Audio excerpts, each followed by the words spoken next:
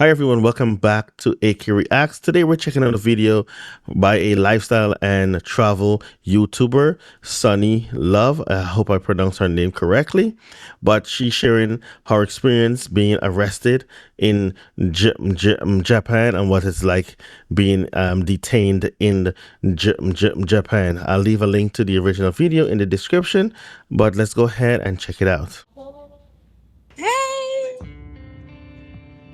Hey, how y'all doing? Hello everyone and welcome back to another video. I have been going for quite some time and I know all y'all have been wondering where have I been. Just to give you a hint. It's so fitting for the last Moot Global drop. My whole family has a bet going on since elementary school. We all were just joking. Which kid would be the first to get arrested? Everyone was like, obviously Kristen, duh. My bigger sister, she got some anger issues. I'm like the peaceful child. I'm like coloring, drawing, creating. I'm super nice. I don't do any drugs. I don't even cuss. There's just no way that Sundai would ever be arrested. And yet here we are. So if my voice is gone, that's because I am so sick right now. But I'm trying to just get through this story time so I can get my life back on track because this has been huge and it's a mess. I was arrested in Japan twice. Actually, it was arrested twice and detained 3 times. That was kept for 45 days. Did she just say 45 days? She was held for 45 days. I mean, I know that is not the US, but over here, they generally have 48 to 72 hours to either charge you or let you walk. 45 days is a whole physical quarter. You just don't lose your job. You'll come back to find that your apartment is being rented out to someone else. I'd lose my mind. I'm 42 years old. My back hurts if I sleep on my own bed the wrong way. 45 days in a cell. I'll come back out a different person. Yeah, so we got a lot to cover. Yo, I had to come all the way back to California to recuperate. I need my hair done, my nails done, I need to go to the doctor, I need to stock up on medication. It was a lot. So I'm back home for a short time recuperating and I'm trying to make this video so I can just, as soon as I get back home, go back to my normal life. I have a feeling this video is gonna be way too long, so it's probably gonna be a 2-part series. Get your popcorn, get your snacks, because this is gonna be a real long one. As a matter of fact, I had to get myself a little glass of wine just to even be able to turn the camera on. Wine? You're sick. You should be drinking ginger and lime. That's what you should be drinking, not no damn wine. Because this is fresh, and it's only even been a week because as soon as I got home, I've been sick this whole time. Yo, it's been Whoa. The way that cough sound like it's gonna jump out of the screen and infect me. It's kind of hot. I'm taking this off. Anyways, in this video, I'm going to be talking about what happens when you get arrested and they send you to this detention center and what exactly this detention center is, what to expect, what is going on in here. And then in part 2, I think I'm just going to get into a whole bunch of stories and stuff that I experienced during this entire process and try and wrap up everything that happened. This is something really crazy that can happen to literally anyone for any reason and nobody even knows about it. Even me, I heard a tiny bit about this, but y'all, I met so many people and got so many stories. This is insane and I can't even believe it is legal. This has got to be the most unjust, corrupt, insane, I don't even know what to call it. Nobody's talking about this. All the people that do end up there, they're definitely not speaking up about this. They're not talking about this. It's straight trauma. If I didn't have a YouTube channel, y'all, the zip would have been zip. Do not get arrested in Japan. Let's just start off with this detention center. It's hot. Taking this off. Come on, titties, work with me. I think I have to say this. Disclaimer, this is not professional legal advice. Please consult whoever's the professional, not no YouTuber, yada yada, you know the drill. This is all alleged. This is all my story. Yeah, the fam know what it is. I'm gonna leave a lot of details out just for legal reasons, so I'm not gonna be naming any entities or anything like that. But yeah, I'm gonna leave out the names of these devils. I don't want to drop out. I'm tired. So yeah, 8 a.m. I was arrested. They came to my house. I shouldn't have even been arrested because I've been talking to these folks for I don't know how long. Oh, a kitty. Oh, there's a cat outside. Anyways, came to my house. I was dead asleep, got pajamas on. They're like, yeah, you're getting arrested. And I'm just like, is this serious? At this point, to be honest, I was so over it that I was just like, yeah, let's get this over with. This is a tactic that is also used here in the US. I think I've heard someone that used to work for the feds or a former federal employee, something like that, said that is a tactic that law enforcement uses. It's It's to get you at your most vulnerable. Like you just woke up, you're groggy, you're trying to get yourself together, and that is the best time to get you and get you into an interrogation room or to question you, because your mind is like not all there yet, and it's easier. You're more easier to get information out of. So I don't know how true it is, but that's something I've heard before. Get this lawyer so I can get y'all off my back, because this is actually absolutely insane. Like, it didn't even make no sense at this point. And in Japan, if you get arrested, it's like you just vanish off of the map. They don't tell anyone where you are. You can't call your family. You can't do anything. You're just like sucked out of reality. One of my friends, I'm sorry to break this news to you, all of you out there, but not every country does it the way we do it in America. Not every country you're entitled to a phone call.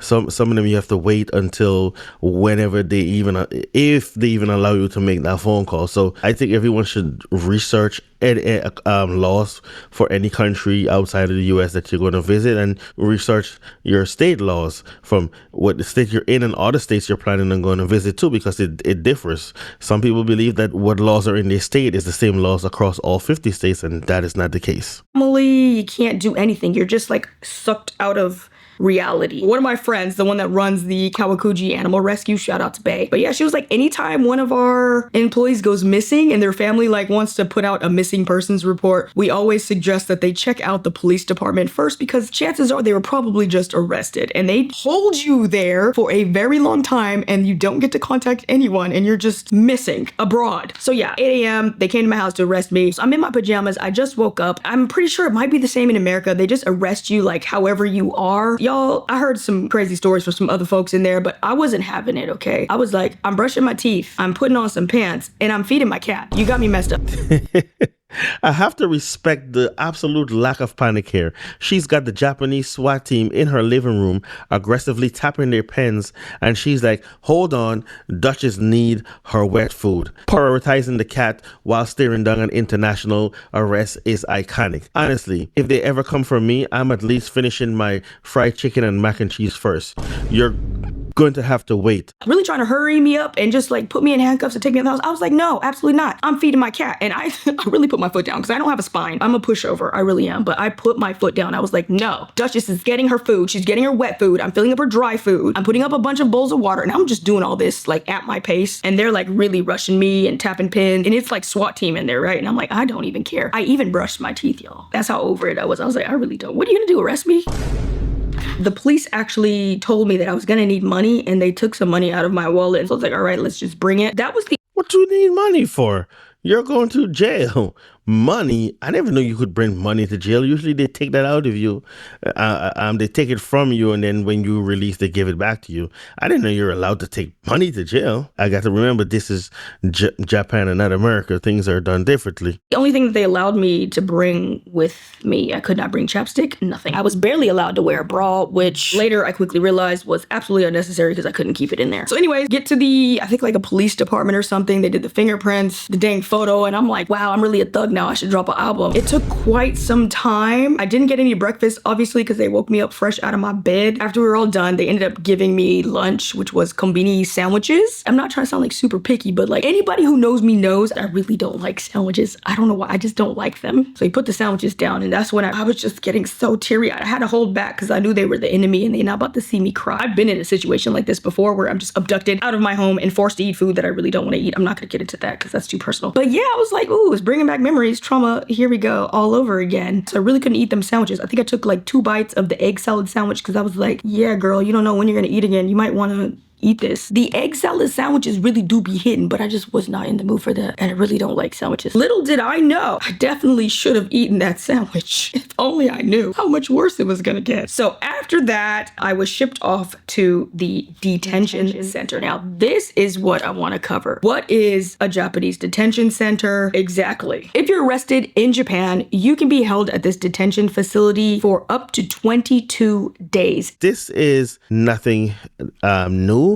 They kind of do the same thing here, but differently. Yes, in America, they have typically 48 to 72 hours to either charge you or let you walk. Sometimes what they'll do is they will go wrong that by hitting you with with a bogus charge in order to keep you, just ask the judge to give you no bail or this really high bail, and then they'll just be able to conduct their investigation while you're still locked up. And speaking of that, they also interrogate you in rooms sometimes, have you come down voluntarily, and then they have you in a room, and in the interrogation room, and the walls are white for a reason. Being there, you lose sense of time, and sometimes they'll leave you in there for like an hour by yourself with only your thoughts in your head, and that is actually used to break you down and make you confess, because sometimes you get so delirious in there is you just go ahead and you just want it to end, and then you will just confess to something you haven't done. This is before anyone's looked at any of your information. They're just holding you here. So let's imagine that you jaywalked and a police officer saw you, but actually another police officer is the one who told you that you could because the light was broken at the time, but he walked off. And so you got arrested. You're going to be held there. It doesn't matter what you did or didn't do. They can hold you there for days. Yeah, and what she's saying there also happens here, because my friend, I think him and I was coming off the train, and we were accused of using swipes. I don't understand how we use swipes coming off the train, but this is back in the early 2000s. But yeah, when people were bending the Metro cards and making swipes out of them, we came out of the train, we was coming through the turnstile, and was accused of doing swipes, and the police officer was detained us, was taking our information to give us a ticket. My friend, I think he had a call at the time, and he wanted to spit to spit. The cop told him to go ahead and do it in the corner over there, when he went and did it, and the other cop saw him, and then he put it on the ticket as a charge. I forgot what they put on the ticket, but yeah, he wrote it up on the ticket that he spat on the floor. So yeah, it happens, but the other cop was the one that did it, not the cop that told him to spit on the floor. But it happens.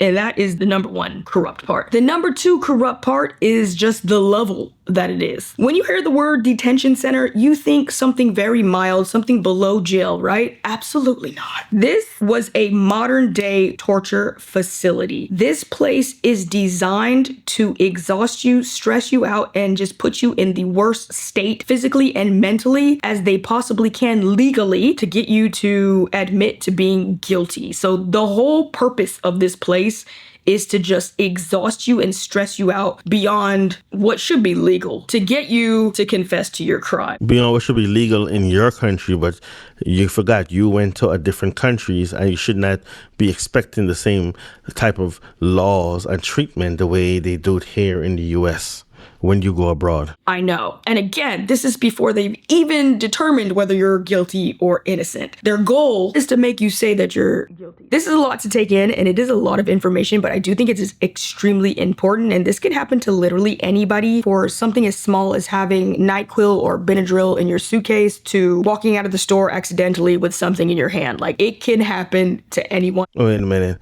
I don't know about you guys, but how do you accidentally walk up with something in your hand without paying for it?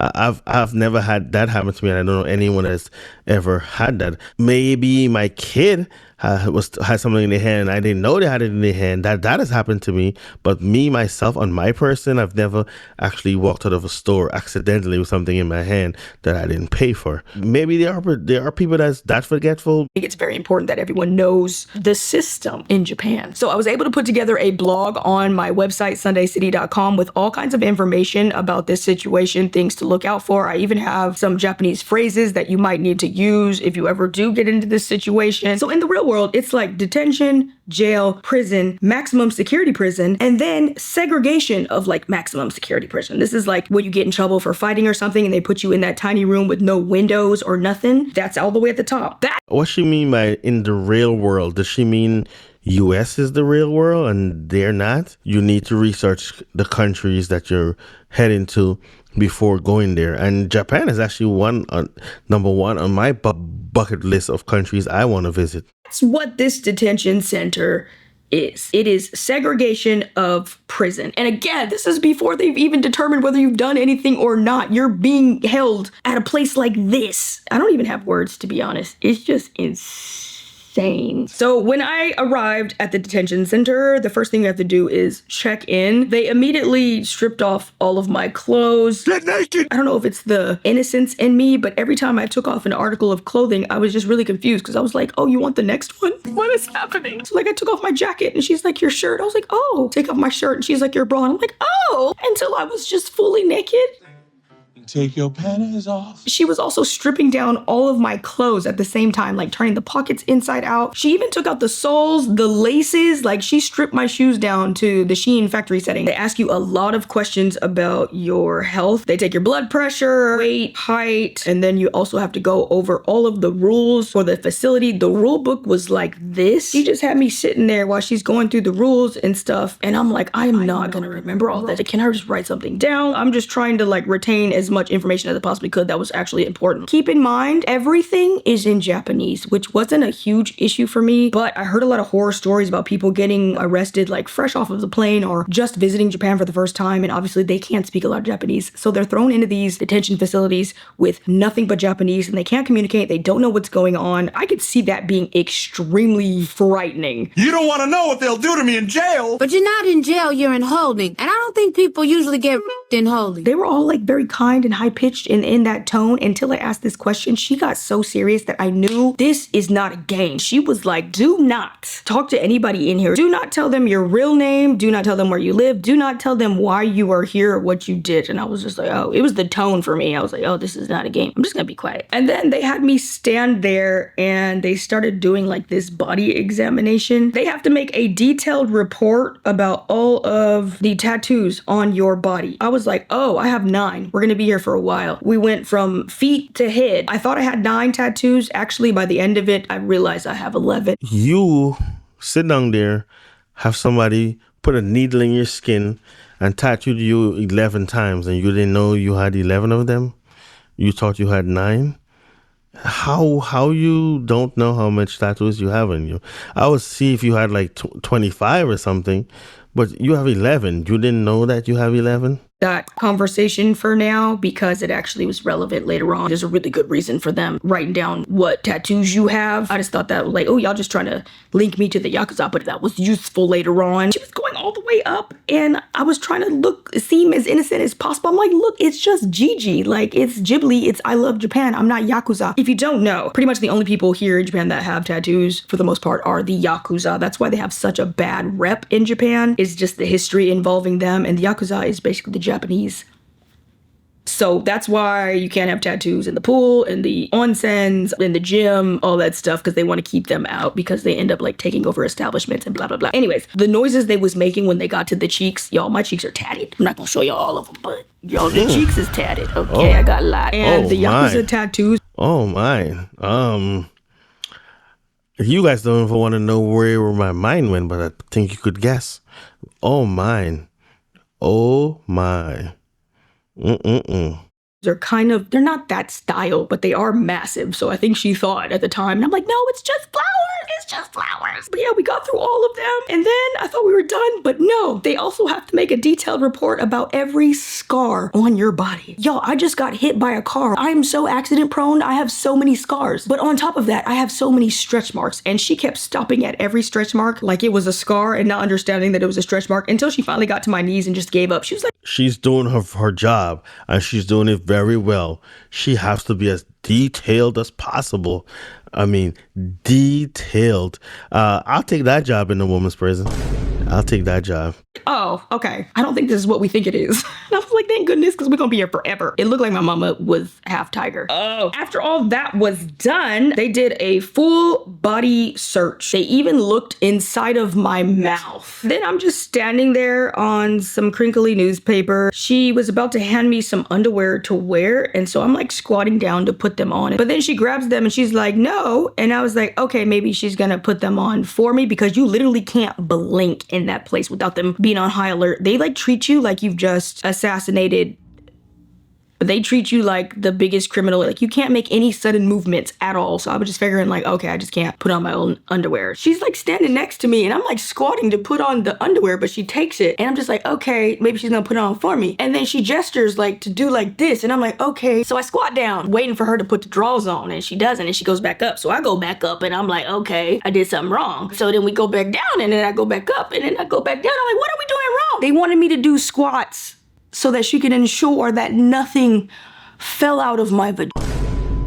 That's when I realized, yeah, you're not in Kansas anymore. Speaking of that, that is something they also do in the US. They do a full search and they check everything to make sure you don't have any contraband, nothing that you're not supposed to be going into detention with. So this is something they also do in the US. Now, I don't know if every state or every prison followed that direction, but I believe it was something from the Supreme Court that says all detention centers shall strip search and do all that stuff to detainees, even if it's for a traffic violation. They still have to go through the same process during the intake. So yeah, know that this is something that's happened. So if you've never been to jail before, been to prison, I mean not jail, but even prison, yeah, and you don't want that, don't do something to end up in jail to have them cavity search your ass.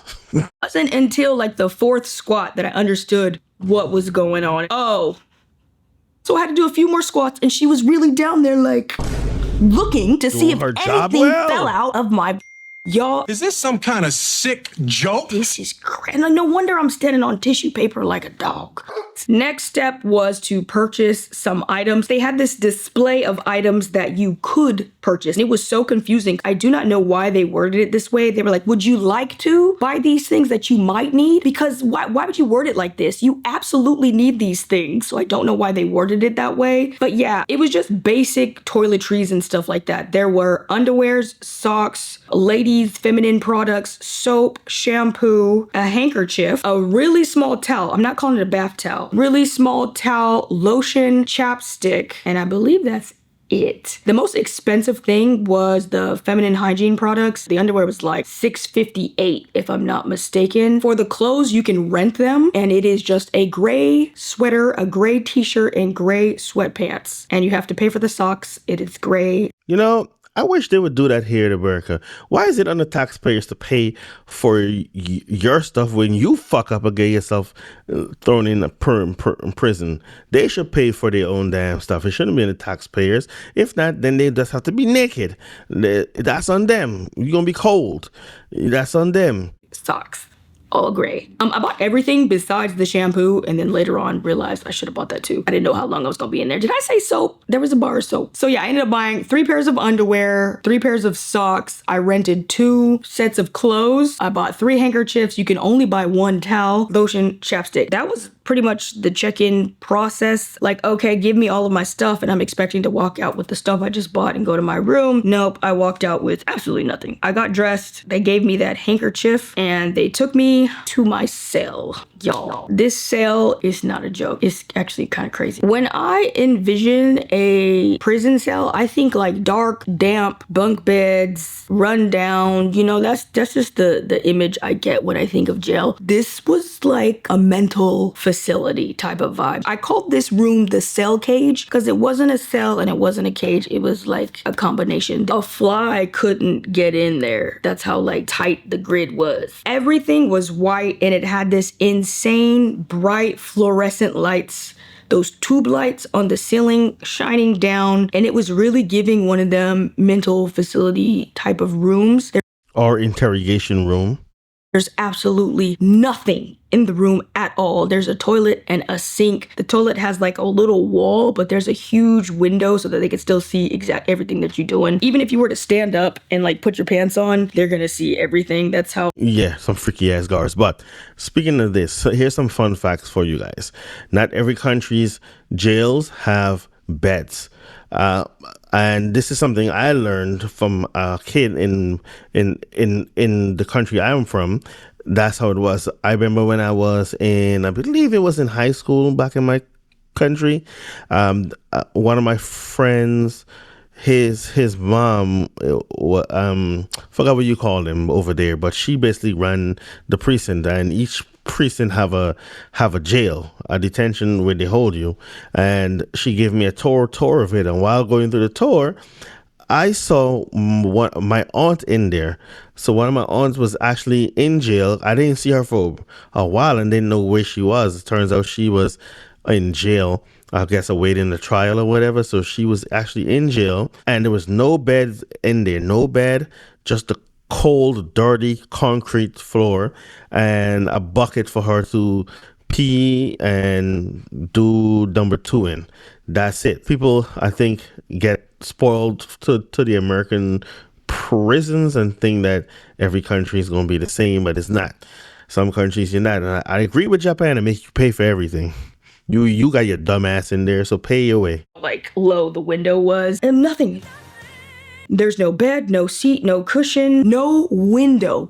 And that is exactly the same thing in my country. There's no windows. You don't get any sort of daylight or anything. The only thing you know is daylight because the precinct is bright, so you can tell that there's outside light. But other than that, you're usually in an area that's very dark, and yeah, it's dark and there's barely any light, and the only light is coming from the hallways that's leading to the cells when they open the door or whatever. But that's usually how it is. No windows. You don't know what time of day it is. Nothing. No TV. It's just a white room. So I go in there and I sit on the floor with my little handkerchief. You're only allowed to have two things in that room: that handkerchief to dry your hands and a couple of pieces of loose tissue paper to wipe your butt. And that is it. Okay, so I'm not gonna go through the entire video, and I believe there is multiple parts to her video. You guys can go ahead and check it out. Again, I'll leave the link in the description. But this video, I wanted to go through it, a little part of it, so you guys can see that I know I'm saying this, repeating myself multiple times, but always research a country before you go to it. Look up the laws, and also locally here in the States, you should also look up different state laws that you're planning on traveling to. And how much times I have people who tell me stories at work, and it's like, how can they do that? Or they see something on TV and like, how can they do that? And isn't the law this? Like, no, you're basing the law on New York. You're not basing the law on New Jersey or the law on California. You believe that it's just all one law across all 50 states. I even heard someone that I work with actually said, isn't weed legal in all 50 states? Like, no, it's not. In some states it's still a crime. So you also got to look it up. Some people don't even know who the mayor is. They're saying the governor. Ask them who the mayor is, and they're mentioning the governor's name, or they're mentioning someone. I think one of the young Gen Zers at my job said, isn't it Giuliani? Like, Giuliani haven't been our mayor for how long? When I came to this country, he was the mayor. He hasn't been a mayor since.